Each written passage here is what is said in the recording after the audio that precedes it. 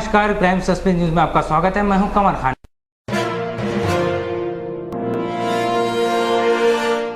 केंद्र सरकार ने तीनों कृषि कानूनों को लिया वापस। प्रधानमंत्री ने अपने भाषण में कही बड़ी बातें। राष्ट्र के नाम संबोधन में पीएम मोदी ने बड़ा ऐलान किया है। उन्होंने कृषि कानूनों को वापस लेने का फैसला किया। पीएम मोदी ने कहा कि कृषि में सुधार के लिए 3 कानून लाए गए थे, लेकिन इसका कुछ किसान संगठनों ने विरोध किया है। इतनी पवित्र बात, पूर्ण रूप से किसानों के हित की बात, हम कुछ किसानों की बात को नहीं समझ पाए। ऐसे में कृषि कानूनों को वापस लेने का फैसला किया है। गुरु पर्व के मौके पर पीएम मोदी का बड़ा ऐलान, सरकार वापस लेगी तीनों कृषि कानून। पीएम मोदी ने तीनों कृषि कानूनों को वापस लेने का किया ऐलान।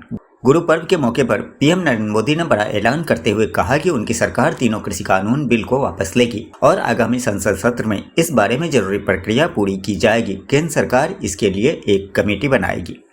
वहीं तीनों कृषि कानूनों को वापस लेने का किसानों ने किया है स्वागत, लेकिन कहा कुछ अहम मांगे अभी भी बाकी है। प्रधानमंत्री नरेंद्र मोदी द्वारा गुरु पर्व के मौके पर बड़ा ऐलान करते हुए तीनों कृषि कानून को वापस लेने की घोषणा किए जाने का संयुक्त किसान मोर्चा ने स्वागत किया है। किसान आंदोलन का नेतृत्व कर रहे संयुक्त किसान मोर्चा ने इसे किसानों की जीत बताया है। साथ ही कहा है कि सभी कृषि उत्पादों और सभी किसानों के लिए लाभकारी मूल्य की वैधानिक गारंटी की किसानों की अहम मांग अभी बाकी है। पीएम बोले, हमारी तपस्या में कहीं कमी रह गई होगी, हम किसानों को समझ नहीं पाए। 14 महीने बाद आखिरकार झुकी सरकार। राकेश टिकैत बोले, तत्काल वापस नहीं होगा आंदोलन, संसद में रद्द होने तक करेंगे इंतजार। संयुक्त किसान मोर्चा ने तीनों कृषि कानूनों को वापस लेने के निर्णय का स्वागत किया है। किसान मोर्चा ने कहा कि उचित संसदीय प्रक्रियाओं के माध्यम से घोषणा के प्रभावी होने तक की प्रतीक्षा करेगा। एसकेएम ने प्रधानमंत्री को यह भी याद दिलाया कि किसानों का आंदोलन न केवल 3 काले कानूनों को निरस्त करने के खिलाफ है, बल्कि सभी कृषि उत्पादों और सभी किसानों के लिए लाभकारी मूल्य की वैधानिक गारंटी के लिए भी है। किसानों ने यह अहम मांग अभी बाकी है। एसकेएम सभी घटनाक्रमों पर ध्यान देगा, जल्द ही अपनी बैठक करेगा और आगे के निर्णयों की घोषणा करेगा। यात्रीगण कृपया ध्यान दें, क्योंकि अब जनरल डिब्बों में यात्रा करने वालों के लिए है एक खुशखबरी। अब जनरल डिब्बों में भी मिलेगी स्पेशल सुविधाएं। होने जा रहा है यह बड़ा बदलाव। इंडियन रेलवे को भारत की लाइफलाइन कहा जाता है। भारतीय रेलवे में अक्सर जनरल क्लास के डिब्बे खचाखच भरे होते हैं। वहीं त्योहारों के समय इनमें होने वाली भीड़ तो देखने लायक होती है। इस कारण इनमें सफर कर रहे यात्रियों को कई तरह की दिक्कतों का सामना भी करना पड़ता है। उनकी इसी परेशानी के समाधान के लिए भारतीय रेलवे ने एक अच्छा कदम उठाया है। वह अब जनरल क्लास के डिब्बों में कई स्पेशल सुविधाएं शामिल करने जा रही है, जिससे उसमें सफर करने वाले यात्रियों को काफी फायदा पहुंचेगा। रिपोर्ट्स की माने तो अब जनरल क्लास के डिब्बों को वातानुकूलित किया जाएगा। इससे जनरल क्लास के भीतर सफर करने वाले यात्रियों को काफी सहूलियतें मिलेंगी। यही नहीं, नए जनरल और इकोनॉमी एसी कोच ट्रैक पर 180 किलोमीटर प्रति घंटे की रफ्तार से रन करेंगे। इसमें यात्री जल्द से जल्द अपने गंतव्य स्थान तक पहुंच सकेंगे। यहाँ लगता है भूतों का अनोखा मेला, आत्माओं में छिड़ती है जंग। देखिए क्या है पूरा मामला। उत्तर प्रदेश के मिर्जापुर में एक जगह ऐसी है जहां भूतों की महफिल जमती है। अंधविश्वास इतना कि यहाँ पर कई समस्याओं से परेशान लोगों की भीड़ लगी रहती है। यहाँ बेचुबीर बाबा की चौड़ी पर परेशान लोगों की भीड़ देखने को मिल जाएंगी। यहाँ भूतों का ऐसा मेला लगता है जिसे देख कोई भी हैरान रह जाए। दावा ये किया जाता है कि यहाँ पर कथित तौर पर भूत, डायन और चुड़ैल से पीड़ित लोगों को मुक्ति दिलाई जाती है। ये मेला लगभग 350 सालों से चलता चला आ रहा है। नोएडा के सभी स्कूल कॉलेज अगले आदेश तक बंद। अगले 4 दिनों के लिए निर्माण कार्यों पर रोक। गौतम बुद्ध नगर जिले के डीएम सुहास एलवाई ने अपने आदेश में कहा कि गौतम बुद्ध नगर के सभी शिक्षण संस्थानों को अगले आदेश तक बंद करने का फैसला किया गया है। राष्ट्रीय राजधानी क्षेत्र एनसीआर में वायु प्रदूषण को देखते हुए नोएडा के सभी शिक्षण संस्थानों को अगले आदेश तक बंद करने का निर्णय लिया गया है।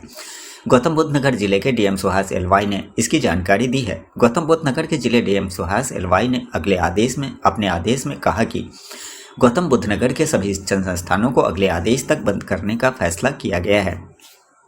यूपी में गाड़ी का परमिट बनवाने के लिए अब नहीं काटना पड़ेगा मुख्यालय के चक्कर, घर बैठे कर सकेंगे आवेदन। उत्तर प्रदेश परिवहन विभाग के फैसले में वाहन स्वामियों को गाड़ी का परमिट बनवाने के लिए अब लखनऊ मुख्यालय के चक्कर नहीं लगाने पड़ेंगे। अब घर बैठे ही आवेदन किया जा सकेगा। संभागीय परिवहन विभाग ने वाहन स्वामियों की सुविधा के लिए यह फैसला लिया है। चिलमजीवी कटाक्ष पर मचा बवाल। अखिल भारतीय संत समिति ने कहा, माफी मांगे अखिलेश। भारतीय समाजवादी पार्टी के चीफ अखिलेश यादव ने हाल ही में गाजीपुर रैली के दौरान भगवाधारी संतों के लिए चिलमजीवी शब्द का प्रयोग किया था। भगवा पर होने वाली राजनीति में संतों का यूं अपमान अखिल भारतीय संत समिति को रास नहीं आया। वे अखिलेश के इस शब्द से खासे नाराज हैं। समिति ने इसके लिए अखिलेश से माफी की मांग की है। गौरतलब है कि पिछले कई समय से भगवा को लेकर होने वाली राजनीति में अक्सर विभिन्न राजनीतिज्ञ भगवाधारी संतों को घसीट लेते हैं। इसे लेकर पहले भी कई बार संत समुदाय की ओर से चिंता व्यक्त की जा चुकी है। अब अखिलेश के इस बयान के बाद से सनातन धर्मी एक बार फिर से आहत हुए हैं और इस बार उनकी नाराजगी काफी बढ़ गई है। योगी धामी की मीटिंग, बैठक के बाद दावा, आखिरकार सुलझ गए परिसंपत्ति विवाद। उत्तर प्रदेश और उत्तराखंड के बीच 21 सालों से चले आ रहे परिसंपत्तियों के बंटवारे के विवादों को आखिरकार सुलझाने का दावा किया गया है। उत्तर प्रदेश के मुख्यमंत्री योगी आदित्यनाथ के साथ लंबी बैठक और बातचीत के बाद उत्तराखंड के मुख्यमंत्री पुष्कर सिंह धामी ने यह दावा गुरुवार को किया। धामी ने कहा कि तकरीबन सभी मामलों में आपसी सहमति के साथ निर्णय ले लिया गया है और जो मामले कोर्ट में विचाराधीन हैं उन्हें आपसी सामंजस्य से सुलझाने के लिए दोनों राज्य कोर्ट में आवेदन कर कोर्ट से वापस लेंगे। धामी ने भी योगी का आभार जताते हुए यह भी कहा कि ये विवाद छोटे और बड़े भाई के बीच होने वाली मामूली विवादों की तरह थे। योगी आदित्यनाथ के साथ बैठक के बाद धामी ने कहा कि लगभग सारे मामलों पर सहमति बन गई है। वन विभाग के मामले भी सुलझा लिए गए हैं। उन्होंने इस तरह के मुद्दे सुलझाने की जानकारी दी है। लखनऊ मेट्रो का सर्वे हुआ फेल, 4 साल बाद 10% भी नहीं मिली राइडरशिप। लखनऊ में मेट्रो के सर्वे में दिखाए गए यात्रियों की संख्या की तुलना में 10% भी यात्री नहीं मिल पा रहे हैं। करीब 4 साल हो चुके हैं कमर्शियल रन के पूरे हुए, लेकिन अभी तक मेट्रो प्रतिदिन अधिकतम 70,000 की राइडरशिप तक ही पहुंच पाई है, जबकि 2013-14 के सर्वे में यूपी मेट्रो ने लखनऊ में केवल नॉर्थ साउथ कॉरिडोर पर ही रोजाना में 6,44,000 राइडरशिप होने की रिपोर्ट दी थी। दिल्ली एनसीआर के पास 80 गांवों में बसने जा रहा है DNGIR। नोएडा में जल्द ही अब दिल्ली एनसीआर के पास दादरी नोएडा गाजियाबाद इन्वेस्टमेंट रीजन यानी कि DNGIR बसने जा रहा है। ये न्यू नोएडा के नाम से भी जाना जाएगा। दादरी, बुलंदशहर और गाजियाबाद के 80 गांवों में DNGIR बसाया जाएगा। इसे बसाने की तैयारियां तेज हो गई है। मास्टर प्लान तैयार कर रही कंपनी ने 18 नवंबर को CEO नोएडा अथॉरिटी को इसका प्रेजेंटेशन भी दिया। इसे देखने के बाद CEO ने जल्द से जल्द मास्टर प्लान तैयार करने के निर्देश दिए हैं। School of planning and architecture संस्थान प्लान तैयार कर रहा है। 11 गांवों में कुछ तकनीकी कमी के चलते देरी हो रही है। और आज है कार्तिक मास की पूर्णिमा। इस बार कार्तिक मास की पूर्णिमा 19 नवंबर 2021 दिन शुक्रवार को पड़ रही है। कार्तिक मास की पूर्णिमा का विशिष्ट महत्व माना गया है क्योंकि इस दिन काशी में देव दिवाली भी मनाई जाती है। पूर्णिमा तिथि पर चंद्रमा के साथ भगवान विष्णु के पूजन किया जाता है। इसके साथ ही पूर्णिमा तिथि पर स्नान व दान करने का विशेष महत्व माना गया है। और इसी के साथ ही आज है गुरु पर्व।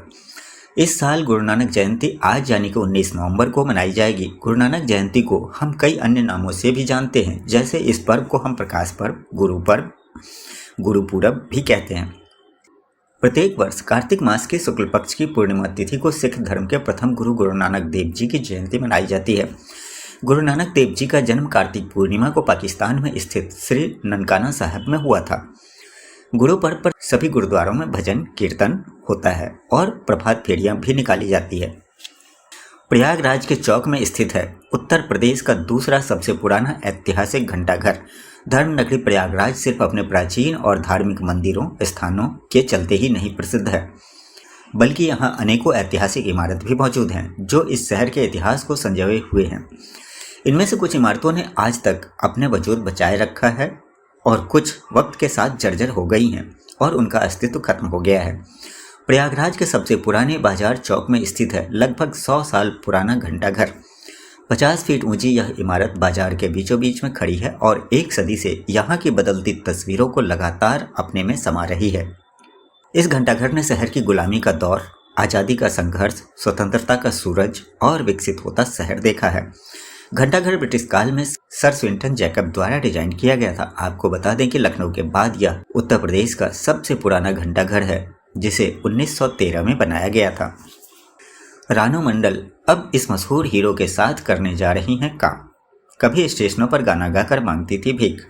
लता मंगेशकर का गाना एक प्यार का नगमा है गाकर रातों रात स्टार बनने वाले रानू मंडल के दिन अब बदल चुके हैं। हिमेश रेशमिया के साथ गाना गाने वाली रानू मंडल के पास अब एक और फिल्म में गाने का ऑफर आया है। हालांकि ये ऑफर उन्हें बॉलीवुड से नहीं बल्कि बांग्लादेश से मिला है।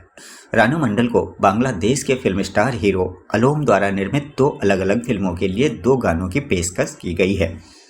इस खबर की पुष्टि खुद बांग्लादेशी फिल्म स्टार हीरो आलम ने सोशल मीडिया पर की है। इस खबर के सामने आने के बाद सोशल मीडिया पर तरह तरह के रिएक्शन मिल रहे हैं। कई लोग चाहते हैं कि रानू मंडल दोबारा लाइमलाइट में वापस आ जाएं। वहीं कुछ लोग आज भी उन्हें ट्रोल करने में कोई कसर नहीं छोड़ते। क्या प्रेग्नेंट है नेहा कक्कर? सिंगर ने सामने आकर दिया इस सवाल का जवाब। बॉलीवुड की मशहूर प्लेबैक सिंगर नेहा कक्कर अपनी पर्सनल लाइफ की वजह से हमेशा सुर्खियों में बनी रहती हैं। नेहा कक्कर ने साल 2020 में रोहनप्रीत सिंह के साथ शादी रचाई थी और उसके बाद से कई बार सिंगर की प्रेगनेंसी की अफवाह उड़ चुकी है। बीते दिनों भी कुछ ऐसा ही हुआ। कुछ समय पहले नेहा कक्कर की कुछ तस्वीरें व वीडियोज वायरल हुई थी जिसमें दावा किया गया था कि नेहा कक्कर प्रेग्नेंट है और ऐसा इसलिए हुआ क्योंकि इस वीडियोज और तस्वीरों में नेहा का पेट थोड़ा सा फूला हुआ था। लेकिन अब नेहा ने एक वीडियो शेयर कर अपनी प्रेगनेंसी से पर्दा उठा दिया है। दरअसल नेहा कक्कर ने अपने यूट्यूब चैनल पर एक नई सीरीज की शुरुआत की है जिसका नाम है लाइफ ऑफ कक्कर। इस सीरीज के पहले एपिसोड का सब्जेक्ट है क्या नेहा कक्कर प्रेग्नेंट है। इस दौरान नेहा अपनी प्रेगनेंसी से जुड़ी हर सवाल को तोड़ती हुई नजर आई। इस वीडियो में नेहा कक्कर ने बताया कि यह सभी अफवाह तब से शुरू हुई जब कुछ फैंस की नज़र उनके बढ़े हुए वजन पर पड़ गई थी। इस वीडियो में नेहा ने यह भी बताया कि वह बहुत अच्छा खाना खा रही हैं और इसी वजह से उनका वजन थोड़ा सा बढ़ गया है, लेकिन वह अपना वजन कम करना चाहती हैं और इस दिशा में वह काम भी करेंगी। आप दीजिए सच का साथ, जुड़िए हमारे साथ, रखिए अपनी पैनी नज़र। हम हैं क्राइम सस्पेंस। नमस्कार।